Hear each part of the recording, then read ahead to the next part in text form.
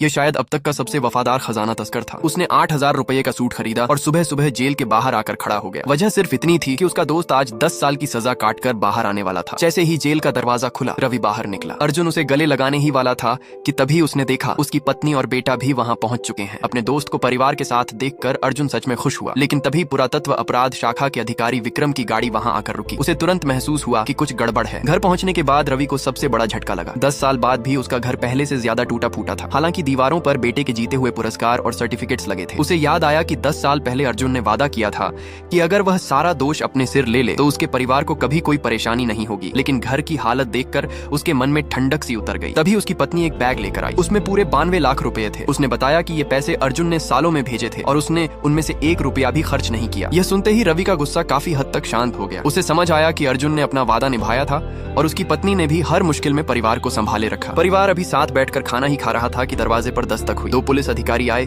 और रवि को पूछताछ के लिए थाने चलने को कहा। उधर अर्जुन भी समझ चुका था कि अधिकारी विक्रम का अचानक वहां पहुंचना कोई संयोग नहीं था। वह पत्नी और बच्चों को लेकर कुछ दिन के लिए छिपने निकल पड़ा, लेकिन बिल्डिंग के नीचे ही विक्रम ने उसे रोक लिया। अर्जुन समझ गया कि मामला रवि से जुड़ा है, फिर भी वह बिल्कुल नहीं घबराया। उसे भरोसा था कि उसने अपने दोस्त के साथ कभी धोखा नहीं किया। कुछ देर बाद दोनों को थाने लाया गया। ये कोई संयोग नहीं था। पुलिस ने जानबूझकर दोनों को आमने सामने कराया था। ये पूछताछ की एक मशहूर मनोवैज्ञानिक चाल थी, जिसमें शक पैदा कर अपराधियों से गलती करवाने की कोशिश की जाती है। लेकिन अर्जुन भी कम चालाक नहीं था। रवि को देखते ही उसने कहा, अरे अभी अभी बाहर निकले हो, किसी मदद की जरूरत हो तो बता देना। इस एक लाइन से उसने रवि को संकेत दे दिया कि पुलिस के पास अभी तक कोई ठोस सबूत नहीं है और दोनों को अलग अलग फंसाने की कोशिश की जा रही है। इसके बाद दोनों को अलग कमरों में बैठाकर पूछताछ शुरू हुई। अर्जुन से दोस्ती और पुराने रिश्तों के बारे में सामान्य सवाल पूछे गए। वह हर सवाल का जवाब देता रहा, लेकिन किसी भी संवेदनशील बात को छूने से बचता रहा। दूसरी तरफ रवि से सीधे पूछा गया कि क्या उसने 10 साल पहले अर्जुन को बचाने के लिए झूठा जुर्म अपने सिर लिया था। रवि घबरा जरूर गया, लेकिन उसने साफ कहा कि पुरावशेषों की तस्करी उसी ने की थी और उसमें किसी और का हाथ नहीं था। करीब 12 घंटे की पूछताछ के बाद भी पुलिस को कोई खास सफलता नहीं मिली। अधिकारियों ने मीटिंग की और निष्कर्ष निकाला कि कोई इंसान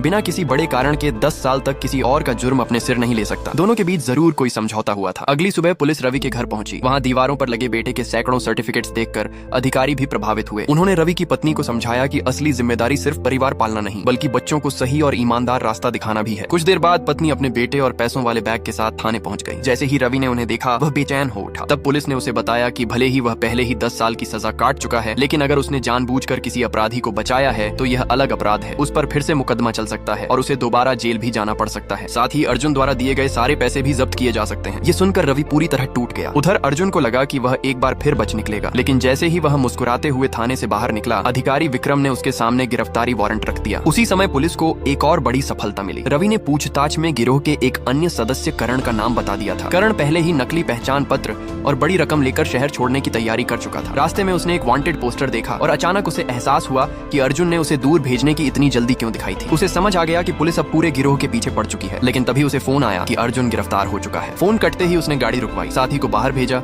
और खुद ड्राइविंग सीट पर बैठकर गाड़ी वापस मोड़ दी। वह भागने नहीं बल्कि अपने बॉस को बचाने के लिए लौट रहा था। यहीं इस कहानी का सबसे दिलचस्प पहलू सामने आता है। अर्जुन निस्संदेह एक अपराधी था। उसने कब्रें खोदी, पुरातात्विक धरोहरों की तस्करी की और कानून तोड़ा। लेकिन दूसरी तरफ उसने अपने लोगों से किए वादे भी निभाए। उसने दोस्त के परिवार को कभी बेसहारा नहीं छोड़ा और अपने साथियों का हर हाल में साथ दिया। यही वजह थी कि रवि और करण जैसे लोग उसके लिए जान तक देने को तैयार थे। उससे नफरत करना आसान है क्योंकि उसके अपराध बहुत बड़े थे, लेकिन उसकी वफादारी और जिम्मेदारी को पूरी तरह नकारना भी मुश्किल है। शायद इसी वजह से उसका किरदार इतना दिलचस्प बन जाता है। उसके भीतर अच्छाई और बुराई दोनों साथ मौजूद थीं और यही विरोधाभास उसे एक बेहद जटिल इंसान बनाता है।